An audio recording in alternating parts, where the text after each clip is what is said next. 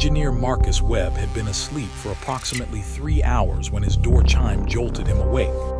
Not the polite request for entry tone that station protocol recommended for social visits, but the emergency override, the sound that bypassed privacy locks and announced that whoever was outside had decided this couldn't wait. Marcus sat up groggily, his quarters' dim night lighting providing just enough illumination to navigate without tripping over the engineering manuals and spare components that littered his floor. His first thought was systems emergency, hull breach, containment failure, something requiring immediate technical response. His second thought, occurring approximately when his door actually opened without his input, was that this was definitely not standard procedure.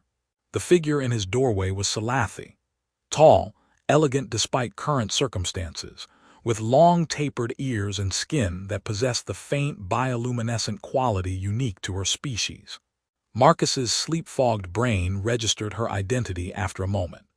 Dr. Kalen Sara, theoretical physics researcher, one of the Salathi contingent aboard the Meridian Crossing who Marcus knew primarily through technical briefings and the occasional nodded greeting in corridors.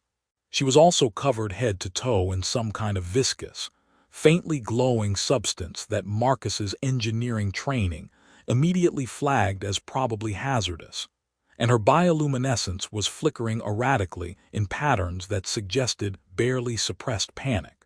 "Can you please clean me, human?" The words came out stilted, formal despite obvious distress. Marcus stared at her, his brain attempting to process this situation while still partially convinced he was dreaming. "I what?"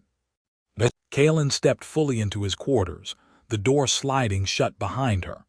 Up close, Marcus could see that whatever substance covered her was viscous and slightly caustic-looking, eating slowly through the fabric of her research uniform.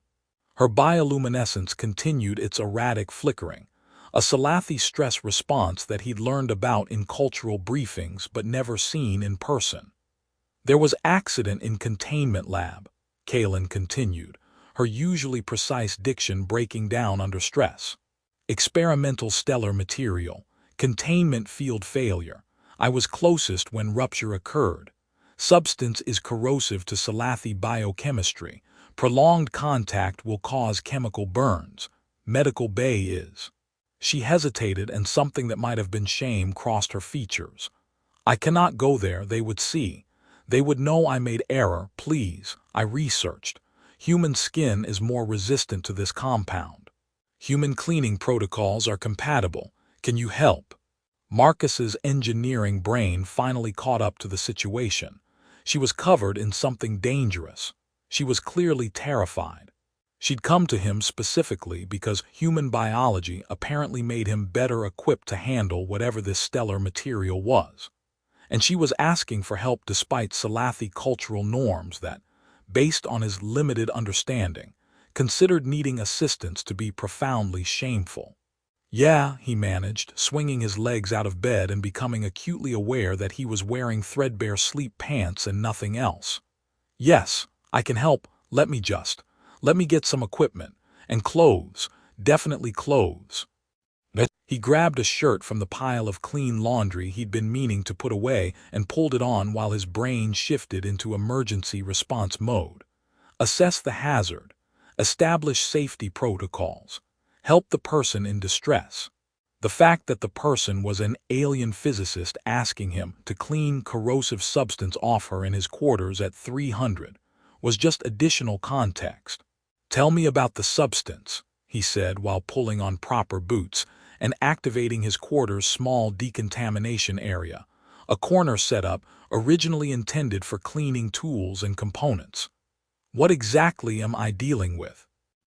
Kalen provided technical details in fragmented sentences that deteriorated from her usual precise scientific language into something more raw and immediate. The substance was an experimental stellar material they'd been studying, heavy elements synthesized in the death throes of a supernova, normally contained behind multiple safety barriers. Cascade failure in the isolation field. She'd been closest, had taken the brunt of the release before emergency containment engaged. It wasn't immediately dangerous, but prolonged contact would cause progressive chemical burns. Her clothing was already degrading. Marcus set up decontamination protocol while processing this information, neutralizing solutions from his engineering supplies, compounds designed for cleaning corrosive materials off equipment that might work on this stellar substance. Safety gear for himself, clean cloths and water. He explained each step as he prepared, giving Kaylin time to process, trying to project calm competence while internally screaming because this was so far outside his normal job description. "Okay," he said once everything was ready. "We'll work in stages. Remove contaminated clothing, neutralize the substance, then thorough cleaning. I'll need to." He turned around to find that Kaylin had already removed her lab coat and was working on the fastenings of her uniform shirt without any apparent self-consciousness. Marcus's face immediately felt like it was on fire. "Wait, he held up a hand, averting his eyes. "Maybe we should. Do you want to keep some clothing on? We can work in stages, I just meant." Kaylin paused, looking genuinely confused. "The substance has penetrated through fabric. Complete removal is necessary for effective decontamination. Is this incorrect?" Marcus tried to remember literally anything from cultural sensitivity, training about Salafi attitudes toward bodies, and came up completely blank. "No, you're right from a technical standpoint, humans have social customs about physical exposure. We get awkward about bodies even in emergency situations. It's weird, I know, but human modesty taboos are documented in cultural databases," Kaylin said slowly, realization dawning. "You are uncomfortable with physical exposure during necessary medical procedures. I did not consider this. My people view bodies as purely functional, nothing to cause embarrassment. I apologize if I have violated your social boundaries." "You're not violating anything," Marcus said, still not quite looking at her. "I'm just trying to make sure we do this in a way that's comfortable for both of us, and safe. Safety first, always. How about we work on your arms and hands first, where the contamination is heaviest, and see how that goes?" They established a system through awkward negotiation. Marcus would prepare each stage of the cleaning process, explaining what he was doing and why. Kaylin would indicate where contamination was worst. They'd work methodically, maintaining as much modesty as practically possible while also being thorough enough to prevent chemical burns.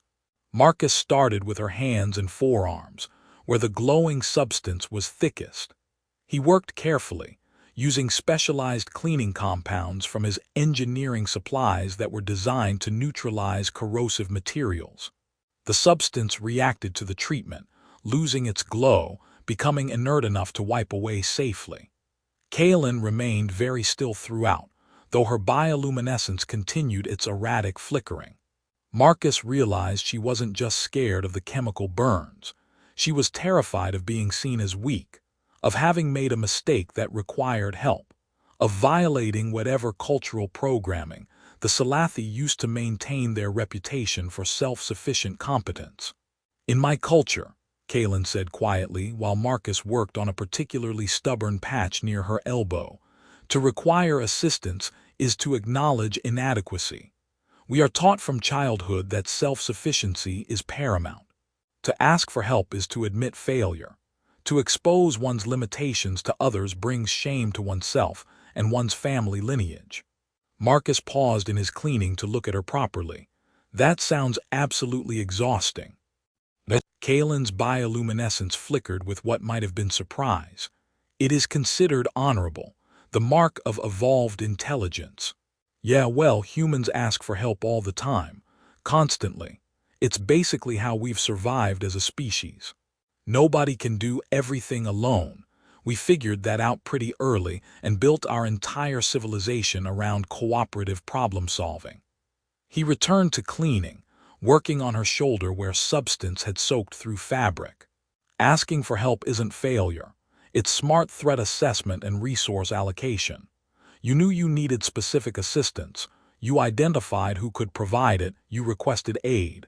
That's efficient decision-making, not weakness. But my people would not agree. Your people aren't here. I am. And I'm telling you that coming to me when you needed help took courage, not weakness, especially given your cultural programming against it. But Kalen's bioluminescence shifted slightly, still flickering, but with different patterns that Marcus's untrained eye couldn't quite interpret.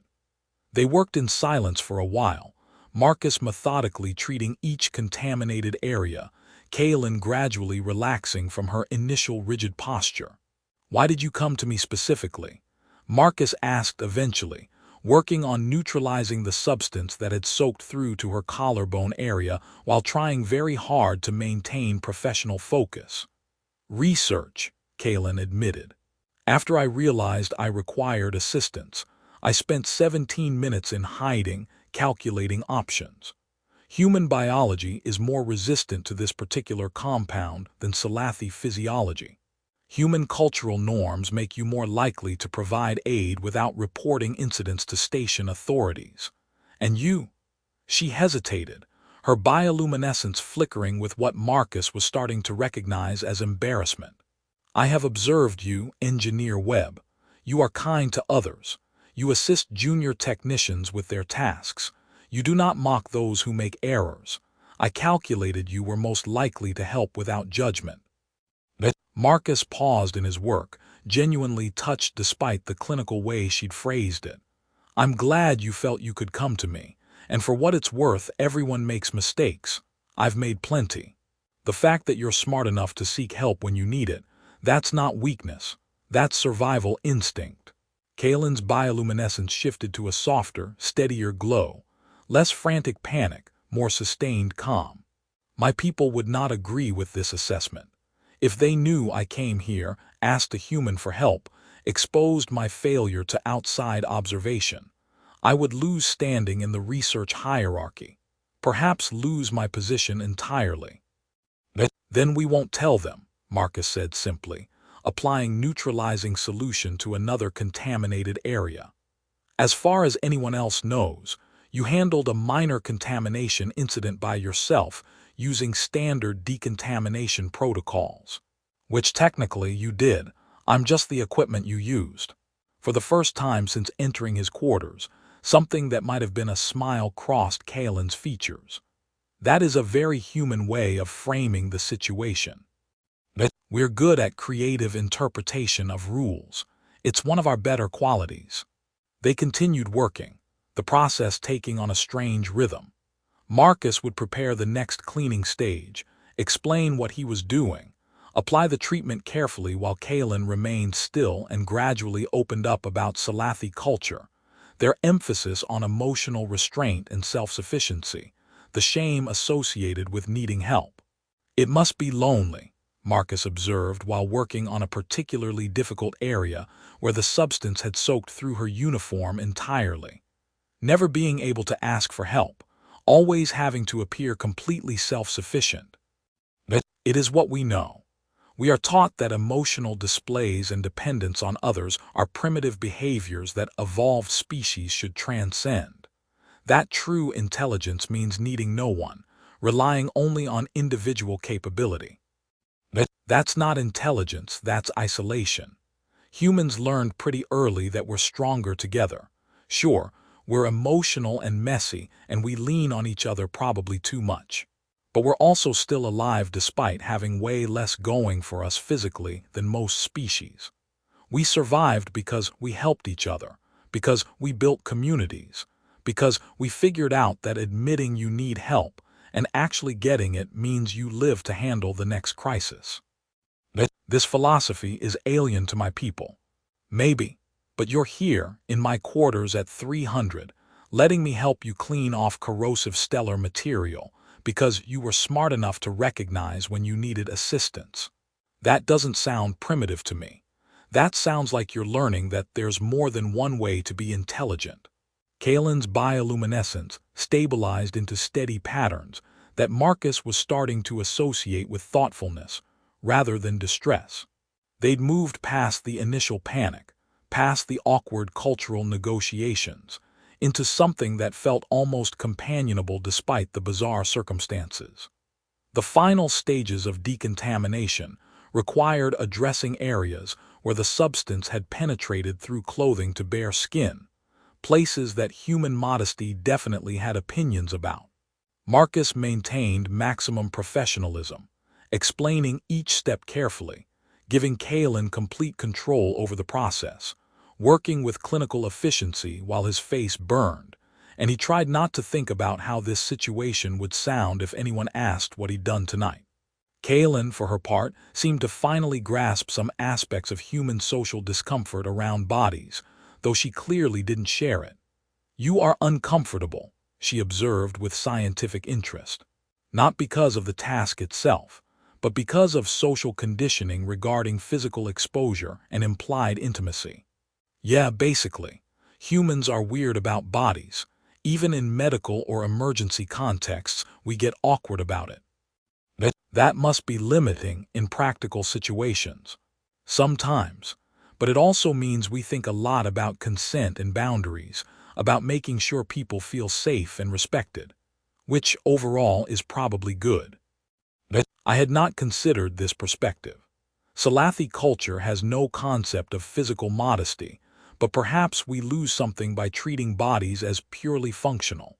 Your discomfort comes from caring about my dignity and autonomy, even in circumstances where I have explicitly requested assistance.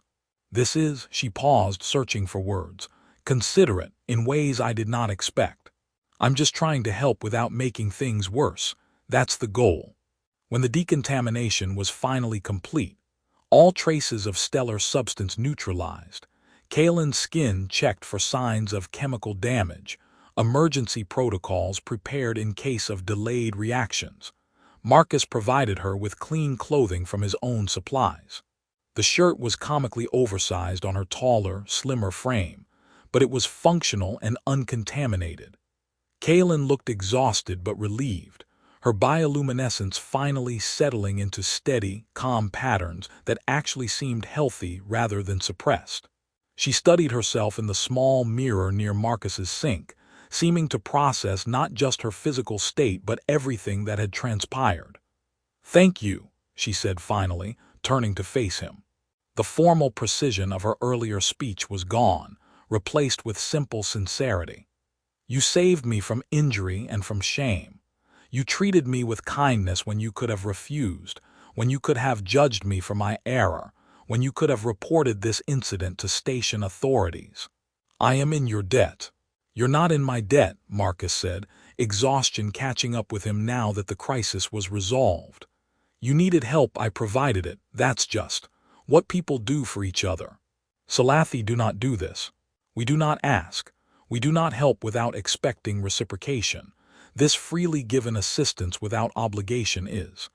Kaelin met his eyes directly, her bioluminescence steady. "This is valuable beyond my ability to express. You have shown me something I did not know existed. Compassion without judgment, assistance without calculation, care simply because someone needed it." She stood there in his oversized shirt, looking simultaneously foreign and vulnerable, and somehow more real than the composed researcher he'd seen in briefings. "I researched human culture before coming here tonight. I learned about your concepts of kindness and mutual aid, but I did not truly understand until experiencing it. This is your strength, I think. Not physical capability or technological advancement, but this, the willingness to help, even when it is awkward, even when it benefits you nothing, especially when it is awkward." Marcus didn't quite know how to respond to that, so he just nodded. "Get some rest. Change the shirt before anyone sees you wearing human clothing. That would be harder to explain than the containment incident. And you know where to find me if anything else happens. Chemical reactions, delayed symptoms, or just, if you need someone to talk to who won't judge." Kaelin nodded slowly. Then, in a gesture that seemed deliberately chosen from human rather than Salathi body language, she extended her hand for a handshake. "Thank you, Marcus Webb. I will not forget this kindness." Marcus shook her hand, sealing whatever strange compact they just formed. Kalen left his quarters at 5:30, just before the station's day shift began, looking significantly more composed than when she'd arrived. Marcus collapsed back into his bunk, exhausted and processing what had just happened. He'd helped someone with an emergency decontamination situation in the middle of the night. That was it, just helping someone who needed it. The fact that it was an alien physicist who'd violated about 17 social boundaries in the process was just details. He was asleep in minutes, too tired to properly process any of it. Marcus woke 4 hours later to his standard alarm, groggy and half convinced the midnight decontamination had been a bizarre dream. Then he saw the neutralizing solution still sitting in his decontamination area. Resource allocation. Nobody mentioned containment failures or midnight emergencies or anything that would suggest last night's incident was known beyond the two people involved. At 1400, Marcus's work terminal pinged with a message from Dr. Kalen Sora, routed through official station channels but marked personal priority. Engineer Webb, thank you for your assistance with equipment calibration last night. Your expertise with human-compatible decontamination systems proved invaluable. I have submitted recommendations for improved safety protocols based on techniques observed. No further action required. Dr. K. Sora. It was perfect cover, acknowledging what happened while framing it as routine technical consultation. Marcus sent back a brief confirmation, matching her professional tone, understanding that this was how they were protecting what had actually occurred. But over the following days, subtle things changed. Kalen began appearing in the engineering sections more frequently, ostensibly to discuss interface protocols between human and Salathi systems. Their conversations were professional but warmer than the distant formality of before, containing small acknowledgments of their shared experience, a reference to equipment calibration techniques, a comment about improved decontamination procedures. Nothing that would mean anything to outside observers, but that carried weight for them. Marcus noticed other Salathi researchers watching these interactions with what seemed like curiosity. The Salathi contingent typically kept to themselves, collaborating with humans only when protocols required it. Kalen's increased engagement with the engineering staff was apparently unusual enough to attract attention. One evening, about a week after the incident, Marcus was working late in the equipment bay when 3 other Salathi researchers appeared, younger scientists he recognized from the physics department. They approached with the careful formality Salathi used for uncertain social situations. Engineer Webb, the lead researcher began, her bioluminescence carefully suppressed. We have observed that Dr. Sora consults with you frequently regarding technical matters. We have questions about certain equipment protocols that perhaps you could assist with. Marcus looked at their expressions, nervous despite efforts to appear composed, clearly uncomfortable with asking for help but doing it anyway. Sure, what do you need? What followed was a halting conversation where the Salathi researchers described minor technical issues they'd been struggling with, problems they'd normally try to solve independently, but were now, following Kalen's example, actually asking about.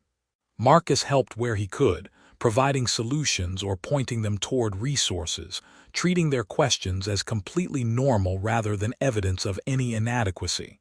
As they left, one of the younger researchers paused. Dr. Sora spoke in research meeting about how human approaches to problem-solving emphasize collaborative resource sharing rather than individual achievement. She suggested we might achieve better results through increased cross-species consultation. This is new perspective for us. Glad to help any time, Marcus said. Seriously, that's what we're all here for, working together. The researcher's bioluminescence flickered briefly, suppressed but visible emotion, before she controlled it. Yes, working together. This is efficient strategy we are learning to appreciate. Similar incidents accumulated over the following weeks. Salafi researchers began tentatively engaging with human staff on matters they'd previously handled alone. Not all of them.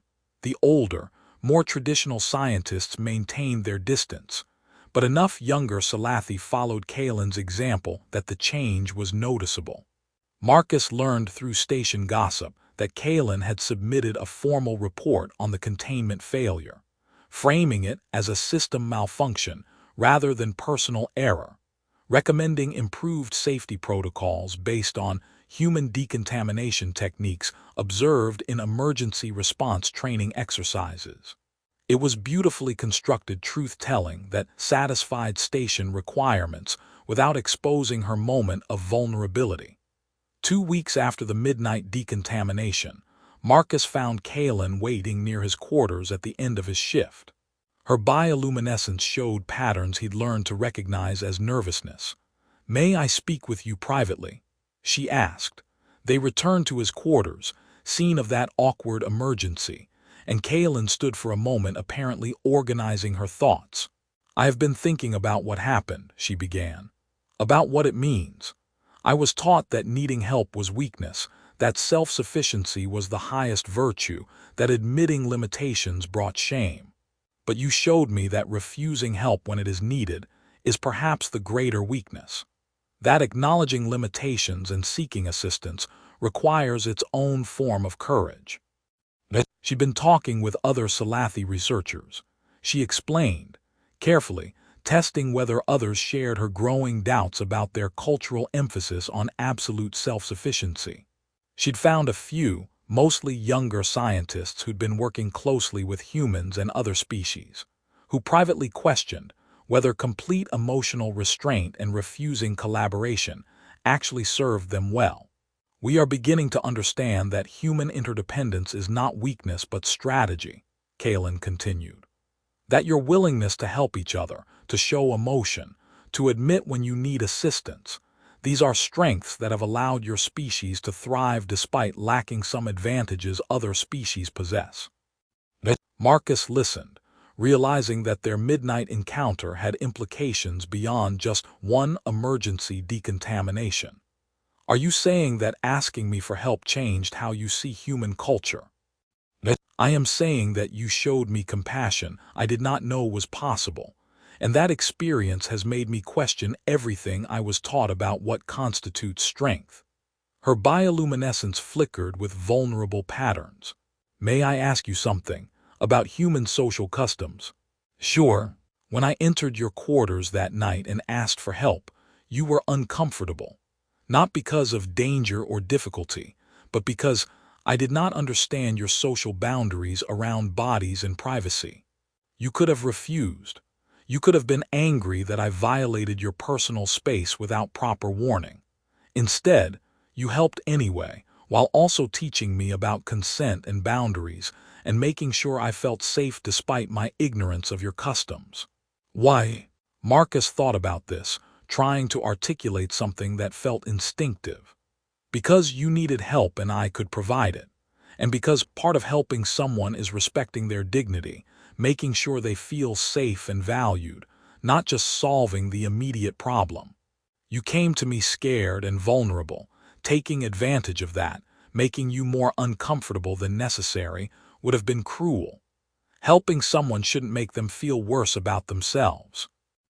Kalen's bioluminescence shifted to patterns Marcus didn't recognize, something complex, carrying emotional weight he couldn't quite interpret. "I wish to learn more about human concepts of compassion and mutual aid, about how your species has built culture around helping each other rather than individual achievement. Would you be willing to continue teaching me, not as obligation or debt, but as—" She searched for the right term. "Friendship." "Yeah," Marcus said, smiling. "As friendship, I'd like that." They established a routine over the following months. Regular meetings where Kalen asked questions about human culture and Marcus tried to explain concepts like interdependence, emotional expression, and community support that Salafi society didn't emphasize. Marcus, in turn, learned about Salafi philosophy, their mathematical approach to ethics, their different ways of understanding the universe and consciousness. Other station crew noticed the unlikely friendship.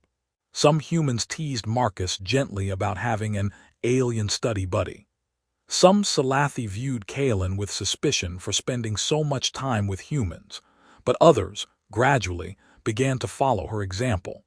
More Salathi researchers started reaching out for collaborative projects, accepting offers of assistance, admitting when they needed help. The change was slow and subtle, but measurable. Human-Salathi joint research projects increased.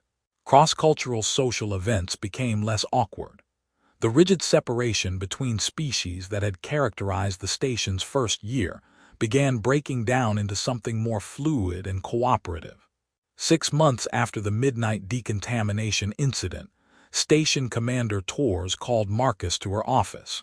He worried he'd somehow violated protocols, but Torres just looked amused. Engineer Webb, I've been reviewing cross-cultural integration reports. Did you know that human-Salathi collaborative efficiency has improved by 40% in the last 6 months? We're seeing Salathi researchers asking for assistance instead of struggling alone, accepting human offers of help, even initiating joint projects that would have been unthinkable a year ago. That's good, right? Very good. Improved cooperation between species is exactly what this station is supposed to achieve. Torres leaned back in her chair. According to my sources, this change started with Dr. Kalen Sara, who apparently had some kind of breakthrough about human interdependence culture approximately 6 months ago. You wouldn't know anything about that, would you? Marcus carefully maintained a neutral expression. Dr. Sara and I have become friends. We discuss cultural differences sometimes. I guess she found some human approaches useful. Torres gave him a knowing look that suggested she suspected there was more to the story, but wasn't going to push. Well, whatever you did, keep doing it. Consider it an informal commendation for cultural bridge building. The whole point of joint research stations is fostering understanding between species. You've apparently excelled at that. Just being friendly, sir. Friendly, right. Torres' expression suggested she knew damn well there was a more interesting story somewhere. Dismissed, Engineer Webb, and good work. The station's primary research project concluded successfully 18 months after Marcus's arrival. Groundbreaking data on stellar formation, achieved through genuine collaboration between multiple species. The farewell ceremony was more emotional than anyone expected. Humans and Salathi and others who'd learned to work together, to help each other, to build something meaningful across cultural differences. Kalen gave a presentation on the research findings, and during her acknowledgments, she did something unprecedented for a Salathi. She publicly thanked specific individuals by name, including Marcus, for demonstrating that requesting assistance is an act of wisdom rather than weakness, and that compassion between species can illuminate paths we would never find alone. The Salathi contingent looked shocked at this emotional display. The human crew smiled and applauded. Kalen's bioluminescence glowed steady and unashamed, visible emotion she no longer tried to completely suppress. Later, at the informal celebration, Kalen found Marcus at the observation deck, watching the stars they'd been studying. "Thank you," she said simply, "for that night, for your patience, for teaching me that needing help is not failure." "You've thanked me plenty of times. You don't need to." "I do, because that night changed me fundamentally. You could have refused, could have judged me, could have reported the incident to authorities. Instead, you showed me kindness without conditions. You taught me that strength can include vulnerability, that asking for help requires courage, that interdependence is survival strategy rather than weakness." She gestured to the observation deck, where humans and Salathi mingled in easy conversation that would have been impossible when the station first opened. "You changed more than just me. You changed how I see my own culture, which changed how I interact with others, which influenced how they perceive humans. Small acts of kindness cascade into larger transformations. I just helped someone who needed it." Yes, and that is precisely the point. Kalen's bioluminescence shifted to warm, steady patterns. You helped someone who needed it without calculation, without expecting return, simply because compassion was possible. Humans understand something my people are only beginning to learn, that the space between worlds is not empty. It is filled with opportunities for connection, for helping each other, for demonstrating that across all our differences, kindness is a universal language. She moved to stand beside him at the viewport, both of them watching the stars in comfortable silence. "I return to Salathi space soon," Kalen said eventually. "My research contract is complete. But I take with me new understanding of what strength means, new appreciation for cultures that value interdependence, and new determination to teach my own people that admitting vulnerability is not weakness but wisdom. You'll probably face resistance. Cultural change is slow. Yes, but I will persist. Because a human engineer once showed me compassion at 300, covered in corrosive substance and terrified of judgment. He taught me that asking, "Can you please help me?" is not weakness but trust. And trust, I have learned, is the foundation upon which all meaningful relationships are built. They stood together watching the stars, Human and Salathi, engineer and physicist, two people from different worlds who'd found connection through an awkward midnight emergency that had become something more. And across the station, the story spread, not the embarrassing details that would have mortified both of them, but the essential truth, that a human had helped a Salathi researcher without judgment, that this simple act of compassion had rippled outward, that kindness given freely could transform more than just individuals. In the quiet hours between worlds, in the spaces where cultures meet and learn from each other, sometimes all it takes is one person brave enough to ask for help and one person kind enough to answer. That became the story that traveled beyond Meridian Crossing, the lesson that humans, for all their emotional messiness and cultural complexities, understood something essential about survival, that we're stronger together, that asking for help is courage, that showing compassion without judgment can illuminate the darkness better than any star. Years later, historians studying human-Salathi relations would point to collaborative research projects, formal treaties, diplomatic breakthroughs. But those who were there, who witnessed the quiet transformation aboard the Meridian Crossing, knew the truth. It started with a frightened researcher asking, "Can you please clean me, human?" at 300. And it continued with a human who answered without hesitation, who helped without judgment, who showed that sometimes the most profound lessons come from the most awkward circumstances. That's humanity's gift to the galaxy. Not superior technology or perfect culture, but the simple revolutionary act of helping each other through the vulnerable moments, and trusting that kindness matters more than pride. Sometimes changing the world begins with one awkward question, and the willingness to respond with compassion instead of refusal. And that's a story worth remembering.